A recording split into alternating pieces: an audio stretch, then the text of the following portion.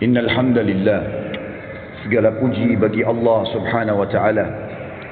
Nahmaduhu wa nasta'inuhu wa nastaghfiruh. Hanya kepadanya kita selalu memuji, meminta pertolongan serta bertaubat dari dosa-dosa kita. Wa na'udzu billahi min syururi anfusina. Dan hanya kepada Allah pula kita meminta agar dijauhkan dari keburukan-keburukan diri kita. Wa min sayyiati a'malina, dan dari segala dosa yang pernah kita lakukan. May yahdihillahu fala mudhillalah. Barang siapa yang telah Allah berikan petunjuk maka tidak akan pernah sesat selamanya. Wa may yudlilhu fala hadiyalah. Dan barang siapa yang telah Allah sesatkan maka tidak akan mendapatkan petunjuk selamanya. Asyhadu an la ilaha illallah wahdahu la syarikalah wa asyhadu anna Muhammadan abduhu wa rasuluh. Saya bersaksi tiada Tuhan yang berhak disembah kecuali Allah, dan Muhammad benar-benar hamba juga utusannya. Qala Allah Ta'ala, Allah mengingatkan dalam kitabnya, Ya ayyuhalladzina amanu taqullaha haqqa tuqatih wa la tamutunna illa wa antum muslimun. Hai sekalian orang-orang yang beriman, bertakwalah, hanya patuh dan tunduklah kepada satu-satunya pencipta segala sesuatunya, yaitu Allah, baik yang di langit, di bumi, yang di kedalaman lautan. Sebenar-benar patuh dan tunduk, dan jangan pernah kalian meninggal dunia kecuali dalam keadaan Islam. Di ayat yang lain Allah pun berfirman, qala Allah Ta'ala, Ya ayuhan nasu taqu rabbakum alladhi khalaqakum min nafsin wahidah wa khalaqa minha zawjaha wa bassa minhuma rijalan katsiran wa nisaa wattaqullaha alladhi tasaaluna bihi wal arham innallaha kana 'alaikum raqiba. Hai sekalian manusia, sekali lagi bertakwalah, hanya patuh dan tunduklah kepada Allah, yang halal yang ia halalkan, yang haram yang ia haramkan, yang telah menciptakan kalian dari jiwa yang satu, yaitu Adam alaihissalam, dan telah menciptakan dari jiwa yang satu istrinya Hawa alaihissalam, dan telah banyak memberikan keturunan laki-laki juga perempuan dari keduanya. Sekali lagi bertakwalah kepada Allah dan jagalah hubungan silaturahim, sesungguhnya Allah senantiasa mengawasi kalian. Di ayat yang ketiga, qala Allah Ta'ala, Ya ayyuhalladzina amanu taqullaha wa qulu qawlan sadida yuslih lakum a'malakum wa yaghfir lakum dhunubakum wa may yuti'illaha wa rasulahu faqad faza fawzan 'azima. Hai sekalian orang-orang yang beriman, sekali lagi bertakwalah, hanya patuh dan tunduklah kepada Allah dan ucapkan kalimat yang benar. Niscaya Dia akan memperbaiki amal-amal perbuatan kalian, mengampuni dosa-dosa kalian. Barang siapa yang mentaati Allah dan Rasulnya, sesungguhnya dia telah mendapatkan kemenangan yang besar. Amma ba'd, fa inna asdaqal hadithi kitabullah. Kita tahu sebaik-baik rujukan umat Islam dalam segala lini kehidupan mereka, terutama ibadah, adalah kitabullah, Al-Quran. Wa khair hadyu Muhammadin sallallahu alaihi wa sahbihi wasallam. Dan sebaik-baik petunjuk setelah Al-Quran adalah petunjuk baginda Nabi besar Muhammad sallallahu alaihi wa sahbihi wasallam. Wa syarrul umuri muhdatsatuha, dan seburuk-buruk perbuatan dalam ibadah tidak punya rujukan dari keduanya. Fa inna kulla muhdatsin bid'ah, karena perbuatan ibadah tidak punya rujukan dari wahyu dikenal dengan perbuatan baru dalam agama. Wa bid'atun dhalalah, perbuatan baru akan membawa pelakunya pada kekeliruan, dan final akan membawa pelakunya ke dalam api neraka. Saudaraku seiman rahimani wa rahimakumullah, apa yang saya bacakan tadi dikenal dengan khutbah hajah. Baginda Nabi besar Muhammad sallallahu alaihi wasallam tidak pernah menemukan momen-momen penting, di antaranya khutbah Jumat, dua khutbah hari raya Idul Fitri dan Idul Adha, juga pada saat akan mengirim pasukan, atau dalam momen-momen yang lainnya pun, kecuali beliau selalu mengingatkan umat Islam agar memahami 3 ayat pentingnya patuh dan tunduk kepada Allah yang sudah saya bacakan tadi, dan juga bagaimana mereka dalam ibadah kembali kepada wahyu Al-Quran dan Sunnah. Kesempatan ini teman-teman sekalian, saya akan menyampaikan sebuah judul, Wahai Muslim, kematian sedang mengejarmu. Ada satu fenomena teman-teman sekalian yang kita semua bisa lihat di depan mata kita, yaitu masalah kematian. Risalah ini akan kami sampaikan kepada orang yang sehat dan sakit, orang yang kaya dan juga miskin, para pemimpin dan masyarakat, orang cerdas dan juga orang yang bodoh, laki-laki dan perempuan, anak kecil ataupun orang dewasa. Ingatlah saudaraku, kita akan mengakhiri kehidupan dunia ini. Ada batas waktu di mana kita semua akan meninggalkannya. Semua yang kita kumpulkan dari rumah yang mewah, kendaraan yang kita banggakan, pasangan hidup, apa saja dari pakaian, bahkan perlengkapan dan pernak-pernik kehidupan ini, semuanya akan ditinggal. Pasti kita akan meninggalkannya. Nabi SAW bersabda dalam sebuah hadis yang sahih, kalau anak Adam meninggal dunia, akan ikut bersamanya ke kuburan 3, keluarganya, hartanya, dan amalnya, serta akan pulang 2, keluarganya akan pulang. Secinta-cintanya seorang istri pada suaminya, pasti dia tidak akan pernah menginap di kuburan itu. Dia akan pulang. Cinta-cintanya seorang suami pada istrinya juga tidak akan tinggal menemani istrinya di kuburan. Orang tua dengan anak, teman dengan temannya, bawahan dengan atasannya, semuanya akan meninggalkan kuburan tersebut. Begitu juga dengan harta. Mobil semewah apapun hanya diparkir di pagar kuburan. Setelah itu akan dibawa pulang menjadi warisan. Yang tinggal bersama kita hanya satu, amal kita, yang selama ini selalu kita lalaikan.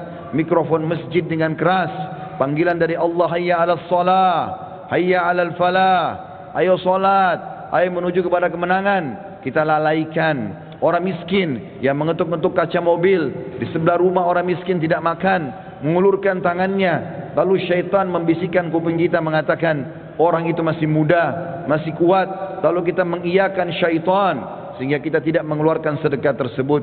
Al-Quran hanya menjadi hiasan, berbangga-bangga dengan kertasnya, dengan sampulnya yang bagus, penerbitnya yang dikenal, atau yang bestseller yang dijual di pasar-pasar. Bukan lagi berfungsi sebagai ayat-ayat Allah, peringatan yang harus dibaca dan jadi prinsip hidup, hanya menjadi sebuah kenangan saja. Begitu juga dengan orang tua yang dilupakan, hanya kena jabatan yang sudah naik, harta yang sudah mulai melimpah, memiliki pasangan yang cantik, anak-anak yang banyak, sehingga orang tua di kampung halaman dilupakan. Telepon pun hanya setahun sekali.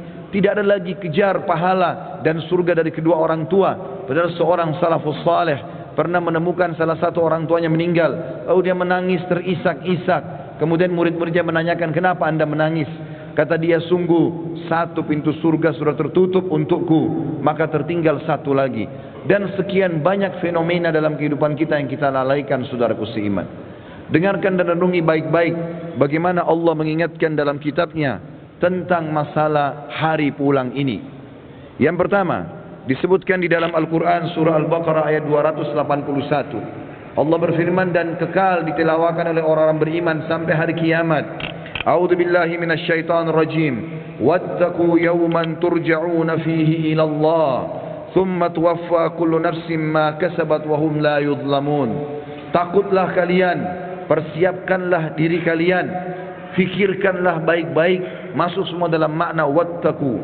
Hati-hatilah kalian dengan hari di mana kalian akan dikembalikan kepada Allah. Kemudian setiap jiwa akan diberikan balasan dan laporan dari amal-amalnya, baik ataupun buruk, dan mereka tidak akan dizalimi sedikit pun.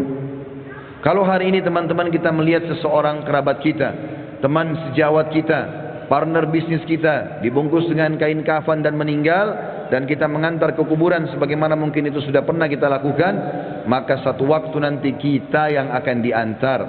Teman-teman sekalian masih malas sholat, sholatlah teman-teman sebelum anda disolati oleh orang-orang. Banyak orang meninggalkan saf pertama masjid, padahal itu keutamanya sangat besar, tapi dia menunggu dia akan disolati di saf pertama pada saat meninggal dunia. Ini kerugian, penyesalan akan datang terakhir, saudaraku seiman. Dalam ayat lain Allah berfirman dalam surah Al-Baqarah ayat 48, A'udzu billahi minasyaitonir rajim. Wattaqu yawman la tajzi nafsun an nafsin syai'a wa la yaqbalu minha syafa'atun wa la yu'khadhu minha 'adlun wa la hum yunsarun. Hati-hatilah kalian, perhatikan baik-baik, renungi baik-baik kata Allah, hari di mana tidak ada lagi jiwa bisa membantu jiwa yang lain, dan tidak akan diterima lagi rekomendasi-rekomendasi, pertolongan-pertolongan, dan juga tidak akan pernah ada yang bisa memenangkan. Di dalam ayat yang lain juga Allah mengingatkan surah Luqman, surah nomor 31 dalam Al-Quran ayat 33. A'udzu billahi minasyaitonir rajim. Ya ayyuhan nas ittaqu rabbakum wakhshaw yawman la yajzi walidun an waladihi wala mauludun huwa jazin an walidihi syai'a inna wa'dallahi haqqo fala taghurrannakumul hayatud dunya wala yaghurrannakum billahil garur. Artinya, hai sekalian manusia, wahai manusia, Allah panggil, dan saya ingatkan lagi di atas mimbar ini, Allah memanggil semua kita tanpa mengenal sukunya, bangsanya, jabatannya, status sosialnya, ataupun laki-laki dan perempuan, muda ataupun tua. Allah mengatakan, wahai manusia, takutlah kalian kepada Tuhan kalian dan khawatirlah terhadap hari di mana tidak akan ada lagi pertolongan, tidak ada orang tua bisa menolong anaknya, dan tidak lagi anak-anak bisa menolong orang tuanya. Sesungguhnya janji Allah pasti benar. Jangan kehidupan dunia melalaikan kalian, dan jangan sampai kalian terlalaikan. Allah Subhanahu wa taala mengingatkan di ayat yang lain, surah Al-Muzammil, surah nomor 39 ayat 17 sampai 19. Allah berfirman, a'udzubillahi minasyaitonir rajim. Fa kaifa tattaquna in kafartum yawman yaj'alul wildanu shiba. Bagaimana kalian bisa memungkiri hari di mana anak kecil pun bisa menjadi tua tiba-tiba? As-sama'u munfatirum bih, pada hari kiamat nanti maka langit-langit pun akan pecah. Kana wa'duhu maf'ula, dan itu janji Allah pasti akan terjadi. Inna hadhihi tazkirah, ini adalah peringatan yang sangat bermanfaat. Faman syaa'a attakhadha ila rabbih sabila, siapa yang berakal maka dia segera mengambil jalan menuju ke Tuhannya. Saudaraku seiman, ada seorang soleh dulu kaya raya di zaman tabi'in di Irak. Dia lagi duduk di kebun kurmanya. Orang ini kebetulan sering ibadah, rajin sekali ibadah. Satu waktu dia pernah lalai beribadah. Ada beberapa waktu dari amal-amal sunnah yang dia tinggalkan, bukan amal wajib. Lalu kemudian di kebun kurmanya dia duduk, dan seringkali dalam beberapa hari di mana dia lalai itu, dia mengurus pegawainya memetik kurma-kurma yang masih segar, ditaruh di depannya, lalu dia menyuruh semuanya bubar untuk dia nikmati sendiri kurma itu. Pada saat dan kebunnya ini ditutup dengan pagar yang sangat tinggi, tidak ada yang bisa masuk. Penjaga kalian yang sangat ketat.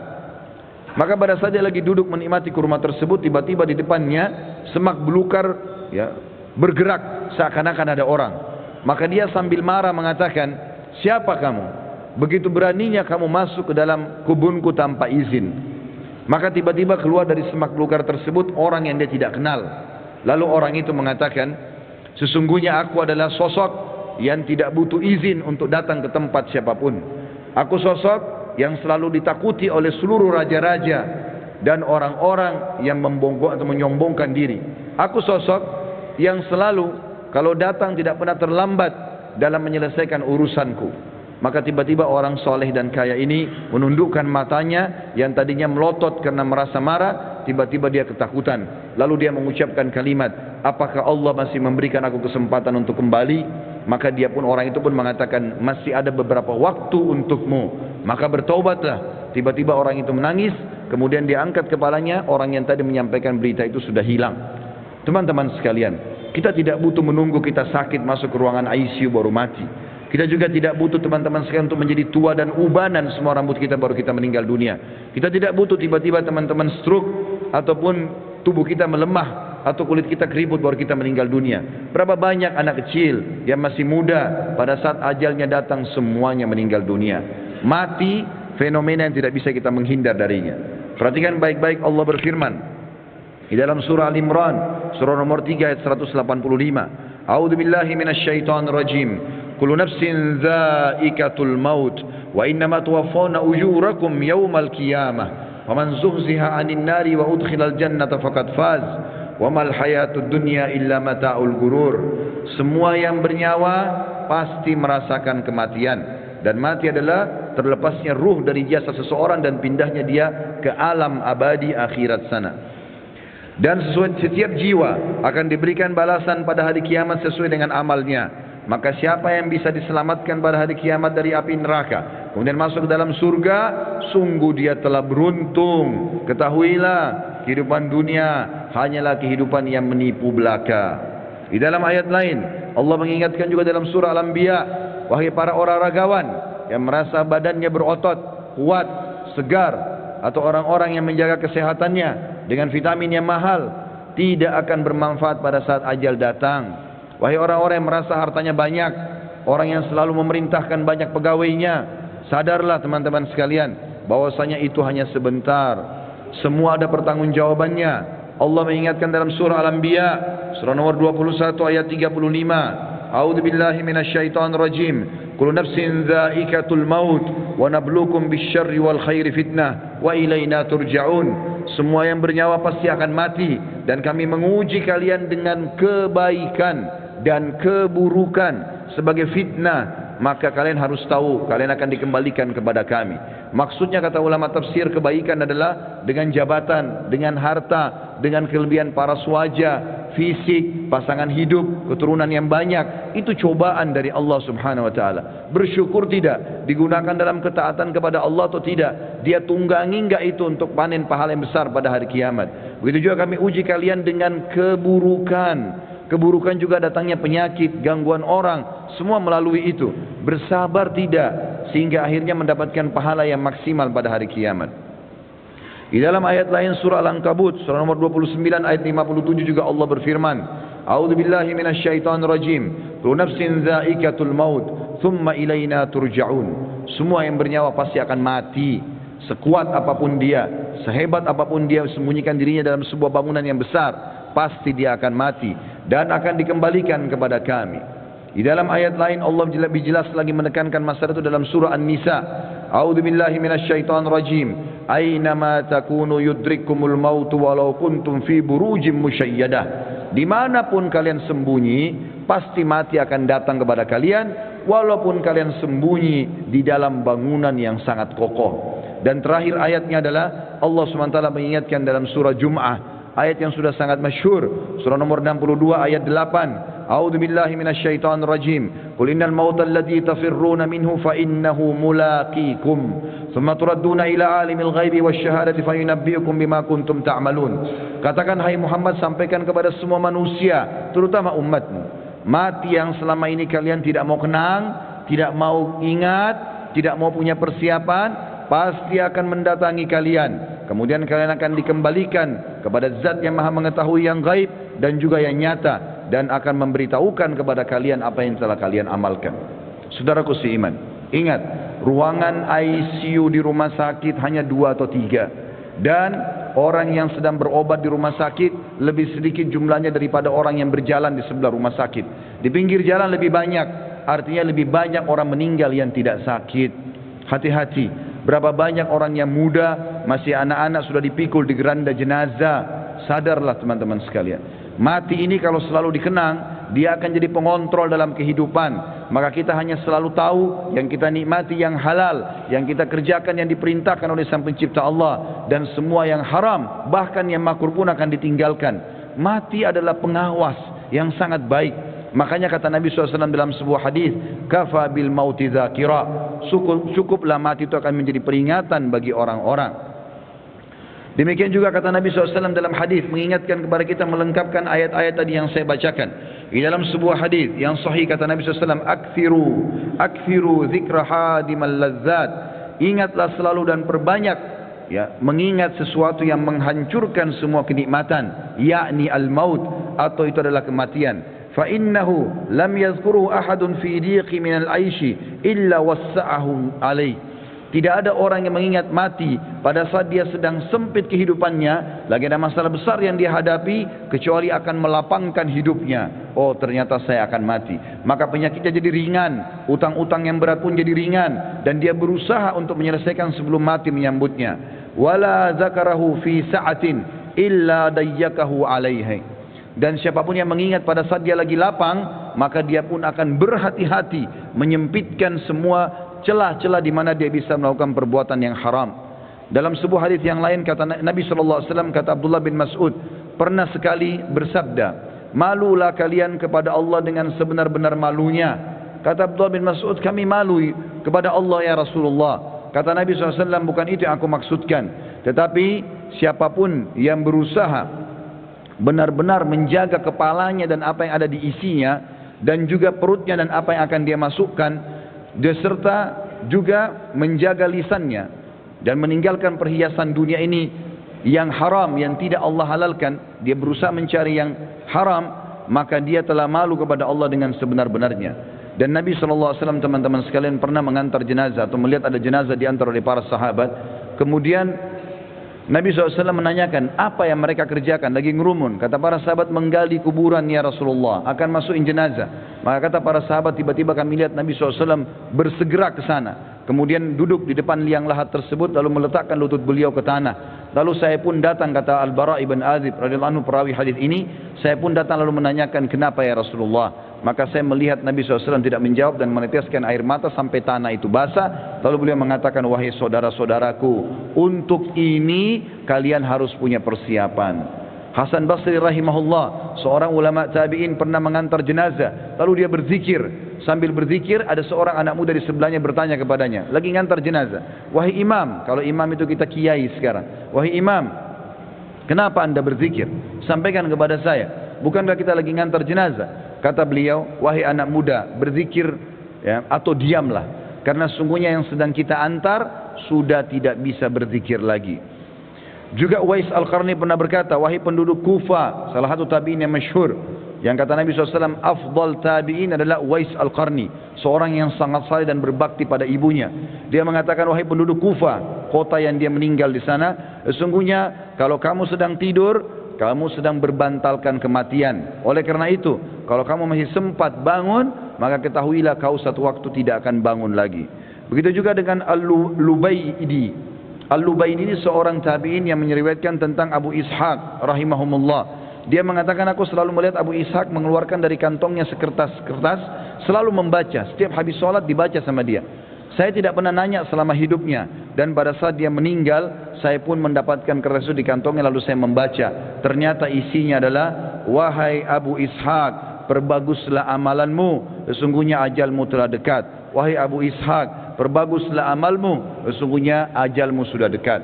Saudaraku seiman, sebagai penutup dalam khutbah ini bukan bermaksud menakut-nakuti, tetapi kita harus sadar sebagai seorang muslim, salah satu rukun iman kita iman kepada hari kiamat, rukun iman yang kelima, dan rentetannya adalah mengetahui kematian akan datang, mengetahui adanya alam barzah, dan juga kita tahu akan ada pembangkitan hari kiamat dan ditimbang amal baik dan amal buruk, serta juga akan ada surga dan neraka.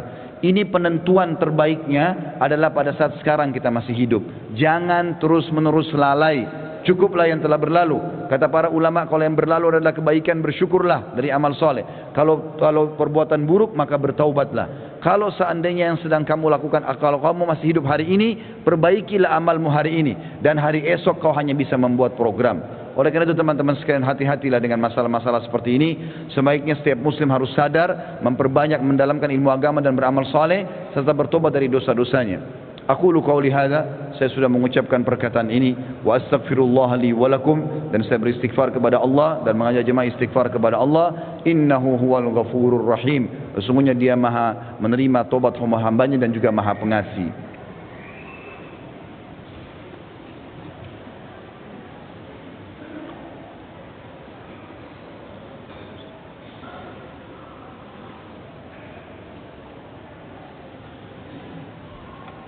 Alhamdulillah wassalatu wassalamu ala Rasulillah. Segala puji bagi Allah Subhanahu wa taala, juga salawat dan taslim kepada Nabi besar Muhammad sallallahu alaihi wasallam. Sebelum berdoa teman-teman sekalian, Utsman bin Affan radhiyallahu anhu di masa akhir hidup beliau, Utsman bin Affan tidak ada seorang muslim pun mungkin yang tidak mengenalnya. Anak mantu Nabi sallallahu alaihi wasallam dan dijamin baginya surga. Pernah membaca ayat tentang kuburan, hatta zurtumul maqabir.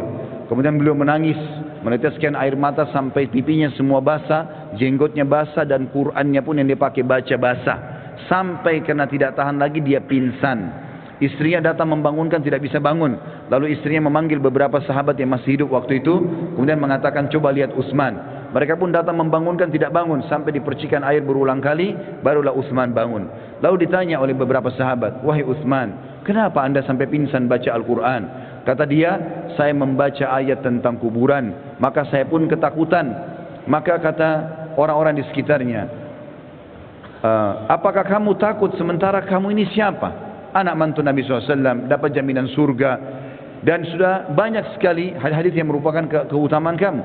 Maka Utsman mengatakan, betul yang kalian ucapkan. Nabi SAW menjamin bagiku surga, tapi Nabi SAW tidak menjamin bagiku kuburan. Mungkin aku disiksa dulu, kemudian baru aku menuju ke sana. Oleh karena itu teman-teman sekalian, tidak ada jaminan bagi seseorang kalau dia akan selamat, dan yang akan menyelamatkan dia hanya diri dia sendiri. Makin ikhlas, makin banyak amal, maka makin selamatlah dia. Ada hadis Nabi SAW tentang hari Jumat, dua buah hadis yang memerintahkan kita untuk berdoa. Yang pertama teman-teman sekalian adalah hadis riwayat Imam Muslim. Kata Nabi SAW, hari Jumat ada waktu pasti diterima doa. Dan itu kata Nabi SAW, kejarlah pada saat imam atau khatib sedang duduk di khutbah kedua sampai diiqamahkan solat. Makanya semua khatib-khatib di mimbar kaum muslimin pasti berdoa di khutbah kedua, karena tahu itu waktu mustajab. Dalam hadis yang lain riwayat An-Nasa'i, kata Nabi SAW, Jumat 12 waktu, dari subuh sampai maghrib. Tidak ada seorang muslim yang berdoa di 12 waktu itu kecuali diijabah oleh Allah, dan perbanyak doa selepas asar sampai terbenam matahari. Maka jangan sia-siakan dua waktu ini. Sekarang kita hadirkan hati dan pikiran kita untuk berdoa kepada Allah Subhanahu wa taala, semoga Allah kabulkan.